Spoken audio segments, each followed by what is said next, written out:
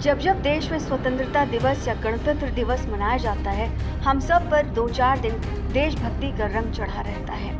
जब नवरात्र शुरू होते हैं तब हम 9 दिन तक देवी के हर रूप की पूजा करते हैं। अष्टमी और नवमी में बच्चियों को कंजक खिलाकर बच्चियों पर प्यार और आशीर्वाद की बौछार कर देते हैं। लेकिन बेहद अफसोस और शर्म की बात यह है कि जिस देश में महिलाओं को देवी का दर्जा दिया जाता है, वहाँ महिलाओं के साथ ऐसी हैवानियत होती है कि खुद हैवानियत, दरिंदगी, अत्याचार, लिंचिंग और जघन्य अपराध जैसे दिल दहला देने वाले शब्द भी बौने और बेमानी लगने लगते हैं। आपको याद होगा देश को हिला देने वाला Nirbhaya rape and murder case, जिसने देश की राजनीति तक हिला डाली थी।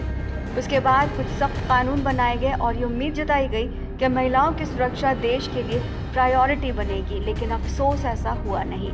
और आज इतने सालों के बाद कोलकाता में जो हुआ वो ये सोचने पर मजबूर करता है कि हम कौन सी सदी में आ गए हैं, जहां भावनाएं, प्यार, एक दूसरे की इज्जत, महिलाओं की सुरक्षा, इन सब बातों की बलि चढ़ा दी गई है। तेजी से विकसित हो रहे भारत की तस्वीर बेहद घिनौनी, शर्मनाक और डरावनी है। या ये हम नहीं कह रहे, बल्कि ये आंकड़े खुद ब खुद बयां कर रहे हैं।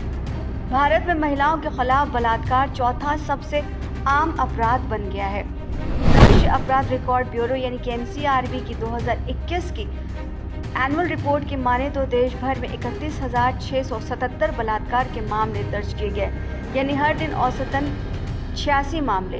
2020 में 28,046 मामलों की तुलना में वृद्धि हुई, जबकि 2019 में 32,033 मामले दर्ज किए गए। रेप केस में कुल 31,677 मामलों में से 28,147 यानी कि लगभग 89% बलात्कार पीड़िता के परिचित लोगों के द्वारा किए गए थे।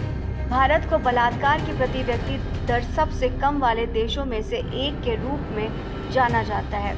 सरकार शादी के झूठे वादे पर सहमति से किए गए यौन संबंध को भी बलात्कार की श्रेणी में रखती है। पहले कई मामला दब जाया करते थे, जिसका कारण लड़की को डराना धमकाना हुआ करता था, या फिर बदनामी के डर से लड़की खुद ब खुद खामोशी अख्तियार कर लिया करती थी और उसे डरावना सपना समझकर इस बोझ को जिंदगी भर जीती थी। अब कुछ सालों में बलात्कार की रिपोर्ट्स बढ़ी हैं। कई घटनाओं के बाद मीडिया का ध्यान आकर्षित हुआ और स्थानीय और राष्ट्रवादी सार्वजनिक विरोध प्रदर्शन शुरू हो गए।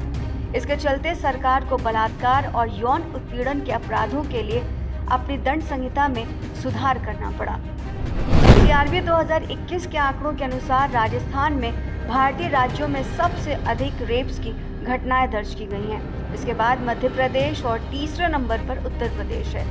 महानगरीय शहरों में राष्ट्रीय राजधानी दिल्ली में 2021 में 1226 मामले दर्ज हुए थे। सबसे अधिक घटनाएं जारी रहीं, जबकि जयपुर में बलात्कार की दर सबसे ज़्यादा यानी 1 लाख जनसंख्या पर 34 रही। मेट्रो सिटीज़ में कोलकाता एक ऐसा शहर था जहां बलात्कार के पंजीकृत मामलों की संख्या सबसे कम थी, यानी यहां बलात्कार की दर सबसे कम मानी जाती थी। साल 2012 में हुए निर्भया रेप मामले के बाद कानून में बदलाव किए गए। आपराधिक कानून में बदलाव हुए। अधिनियम 2013 में रेप की परिभाषा को विस्तृत किया गया। रेप की धमकी देने को अपराध बताया गया और अगर ऐसा करता कोई भी पाया जाता है तो उसके लिए सज़ा का प्रावधान किया गया। बढ़ते रेप के मामलों को देखते हुए मिनिमम सज़ा को 7 साल से बढ़ाकर 10 साल कर दिया गया। अगर मामले में पीड़िता की मौत हो जाती है या उसका शरीर वेजिटेटिव स्टेट यानी कि निष्क्रिय स्थिति में चला जाता है तो उसके लिए अधिकतम सज़ा को बढ़ाकर 20 साल कर दिया गया है। साथ ही मौत की सज़ा का भी प्रावधान किया गया है।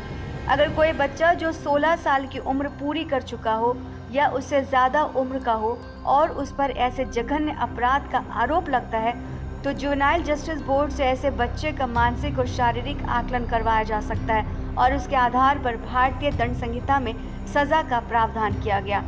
बदलाव सिर्फ न्याय की किताबों में ही रह गया है, जो कि हकीकत से कोसों दूर है। अपनी सुरक्षा का जिम्मा क्या महिलाओं को खुद उठाना पड़ेगा या सरकार आगे आएगी? ये एक गंभीर सवाल है जिसका जवाब किसी के पास नहीं है।